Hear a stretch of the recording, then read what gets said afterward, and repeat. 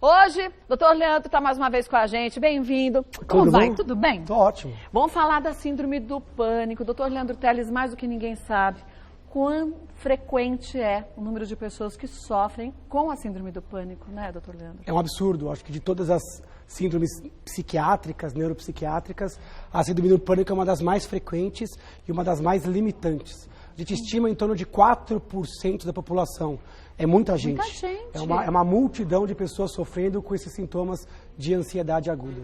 E como saber se é síndrome do pânico ou se é um caso de ansiedade isolada mesmo? A síndrome do pânico é um tipo de ansiedade. Então tem várias formas de ansiedade. Síndrome do pânico é o tipo mais agudo. A pessoa é marcada por crises de ansiedade recorrentes, é um quadro clônico.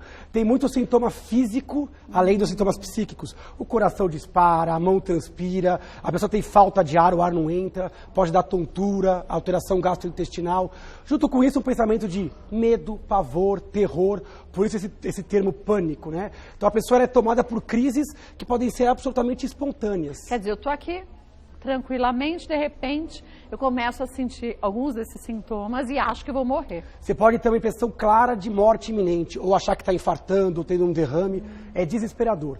Pode ter isso em algumas situações específicas, às vezes existe um gatilho, às vezes está sentada no sofá da sua casa. Sem ter acontecido nada. Então, o que importa para dizer se é doença ou não é a proporção.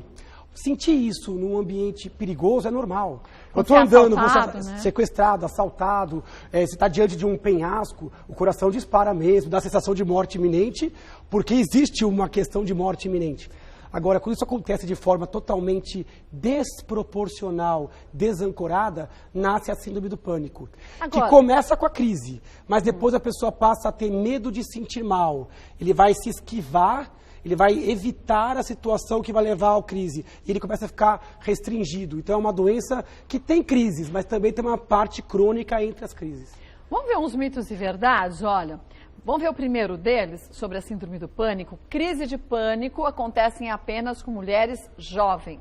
Mito ou verdade? Eu acho que é um mito. Isso é um mito, né? Na verdade, existe um estereótipo, né?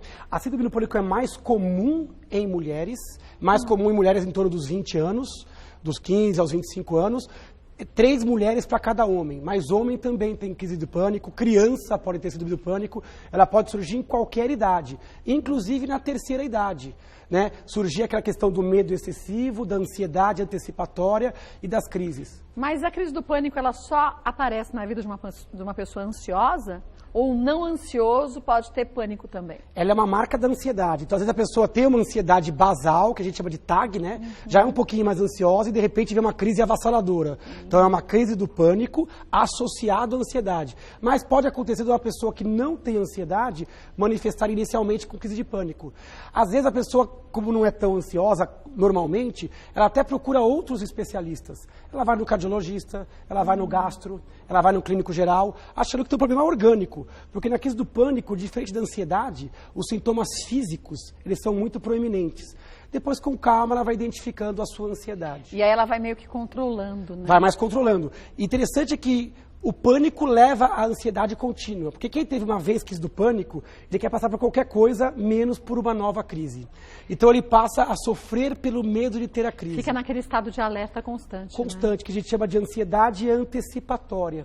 Então mulheres são mais vulneráveis, jovens em torno dos 20 anos, mas é uma doença de diagnóstico em qualquer idade, qualquer sexo e em qualquer cultura. Vamos ver mais um mito ou verdade? A crise de pânico pode simular doenças graves. Verdade. Isso é muito importante. A pessoa, durante a crise do pânico, ele tem a impressão clara de que vai estar tendo uma arritmia ou um infarto. Ele pode ter formigamento, angústia, dor no peito, o ar que não entra. É muito comum ele achar que está com uma crise de asma ou com um infarto, ou que por estar formigando o lábio, a mão, está tendo um AVC, um derrame. Então ela simula, é muito comum na primeira crise o paciente buscar o pronto-socorro. Por isso que é importante, no pronto-socorro, o médico também estar de olho, né? Não só para as doenças cardiológicas, mas também para a doença psiquiátrica, que é o pânico, e depois indicar o paciente para um psiquiatra. Agora, imagine, se a pessoa nunca teve nada, na sua primeira crise começa com esses sintomas que são tão intensos, ela acha de fato que está com um problema seríssimo, né? Seja neurológico, problema cardíaco. Você né? imagina você chegando no trabalho, de repente o ar não entra. Então... De repente você tem uma opressão no peito, uma sensação de aperto, ou o seu coração dispara. E aí a presença do sintoma leva a pessoa a respirar mais rápido.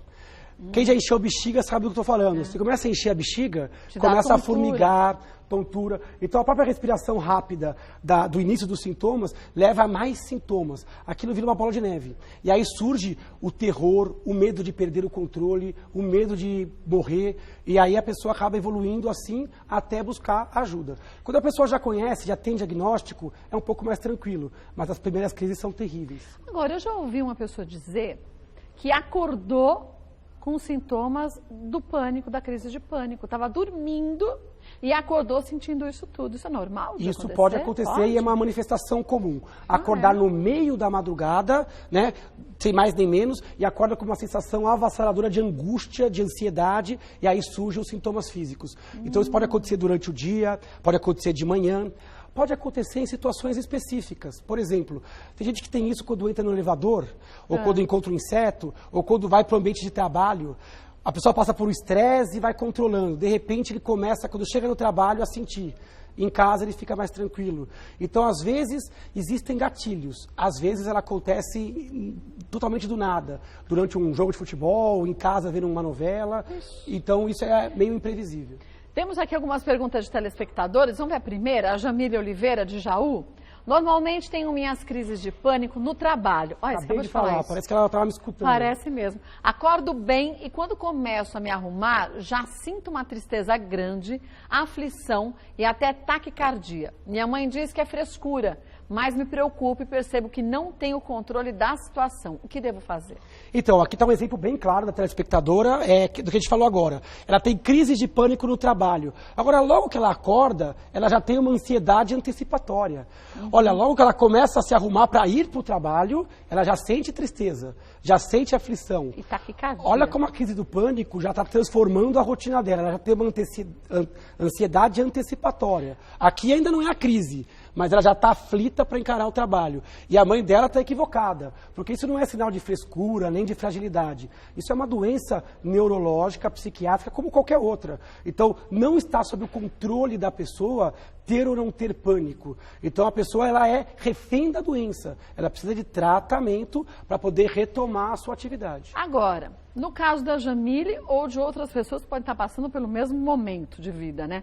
Isso é um sinal que você pode estar numa profissão que você não gosta, numa empresa que não te agrada trabalhar, e você, muitas vezes, né, não é comodismo, mas por você falar assim, eu não posso ficar escolhendo trabalho desse jeito, a situação no país como está, eu vou me sentir desse jeito, você não se permite encarar aquela situação como negativa para você e buscar um novo caminho, isso pode desencadear o pânico? Perfeito. Sua colocação é absolutamente perfeita. A gente suporta e às vezes transborda na forma de ansiedade aguda.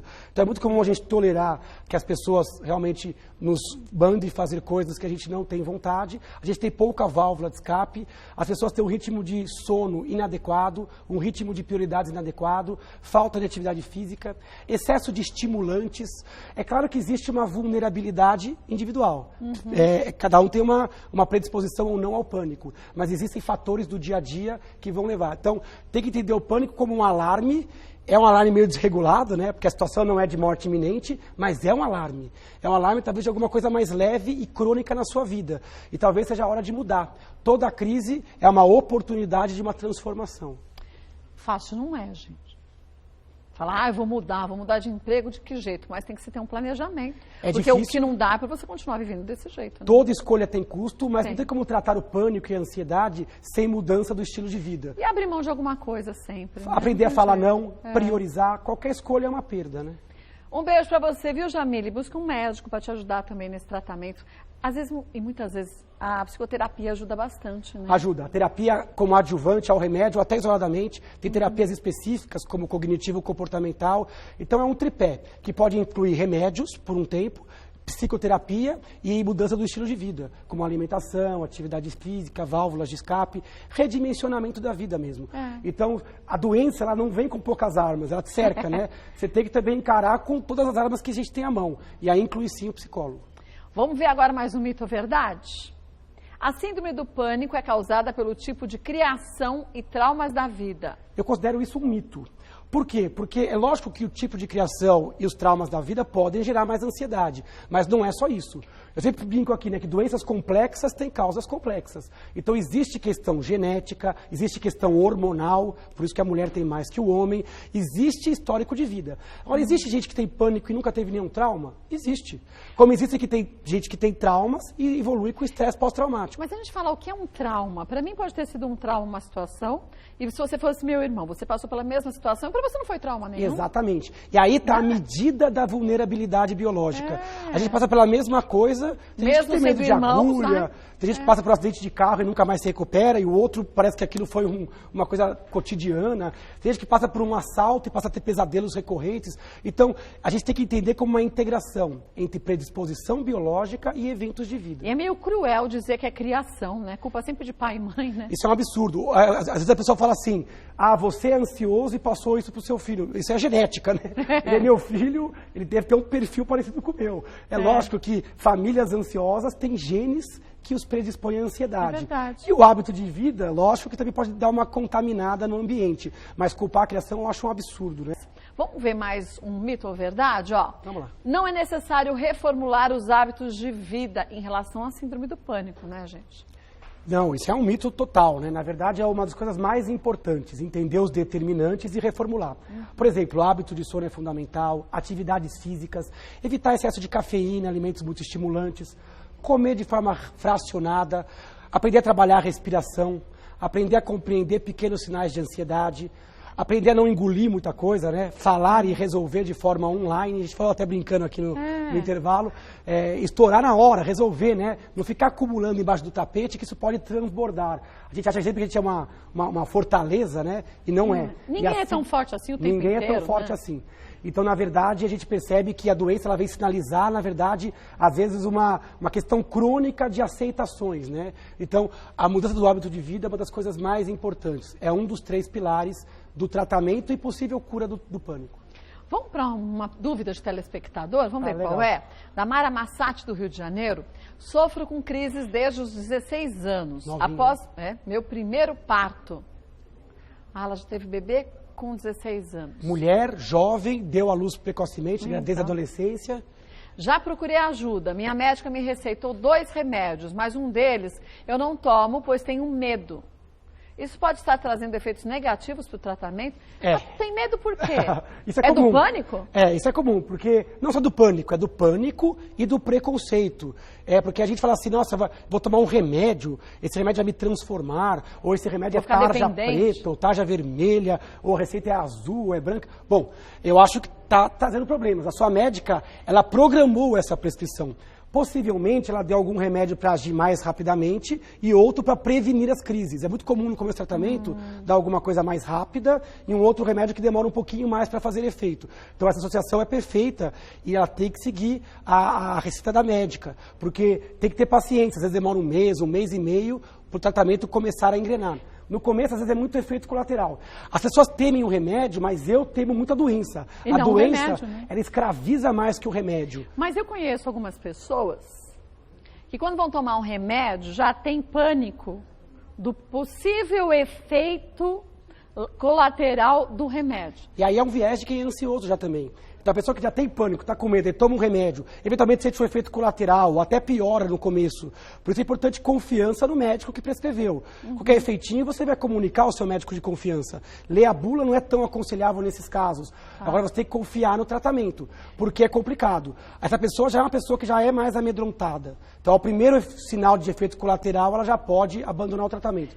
A taxa de abandono é extremamente alta com o caso do pânico, e aí a recorrência também é muito alto. Ela pergunta se isso pode estar trazendo efeitos negativos para o tratamento, ela não tomar um dos medicamentos, então pode, né? Pode, eu acho que tem que comunicar a médica para tentar alguma outra estratégia ou para te explicar quanto tempo ela vai usar o remédio, quais são os efeitos esperados, porque as pessoas esperam às vezes tomar um remédio e ficar boa no dia seguinte. Mas aí é milagre. E às vezes ela demora. E às vezes também, fala assim, o médico errou o remédio, ou esse remédio é ruim. Não. Às vezes, a pessoa teve uma indisposição que é pessoal. O médico ele tem que ter a tentativa de trocar o remédio, tentar uma outra abordagem. Então, na verdade, não tem medicamento bom ou ruim. Tem uma escolha inicial, né? E tem o ajuste. Mas aqui, o paciente tem que estar muito colado no médico, porque a relação é muito próxima. E tem que ser assim, né? De tem confiança, que ser. Né? Nesses casos, mais ainda, porque a ansiedade leva à maximização, à amplificação de alguns sintomas. Orientação do seu médico, né, doutor Leandro? Sem dúvida nenhuma. Direitinho, qualquer dúvida, pergunte a ele, não para vizinho, nem para amigo que já teve problema, né? Muito comum isso, a automedicação está errado, não é para consultar o farmacêutico, o vizinho, a colega, consulta o seu médico de confiança. E vai falando para ele todo o sintoma que você sinta depois do uso do medicamento ou outros sintomas adicionais que podem começar a surgir, né? Sem dúvida, parceria e confiança. Isso é a base, gente, em todas as doenças, mas na síndrome do pânico mais ainda. Então, acesse o site do Dr. Leandro Teles, qualquer informação que você queira. Lá também tem umas matérias muito legais, de fácil entendimento. Você vai cada vez adquirir mais informação. www.leandroteles.com.br, facebook.com/neurologista Leandro Teles. Bacana, Facebook o pessoal pode mandar críticas, sugestões, perguntas. Instagram, Neuroleandro Teles, quem gostar de foto. Tem a nossa já, que a gente tirou agora antes da pauta. Já vai postar? Já postei, já te então vou retweetar. Tudo rápido. Obrigada, viu? Boa tarde. Beijo nas suas princesas. Até a próxima, obrigado.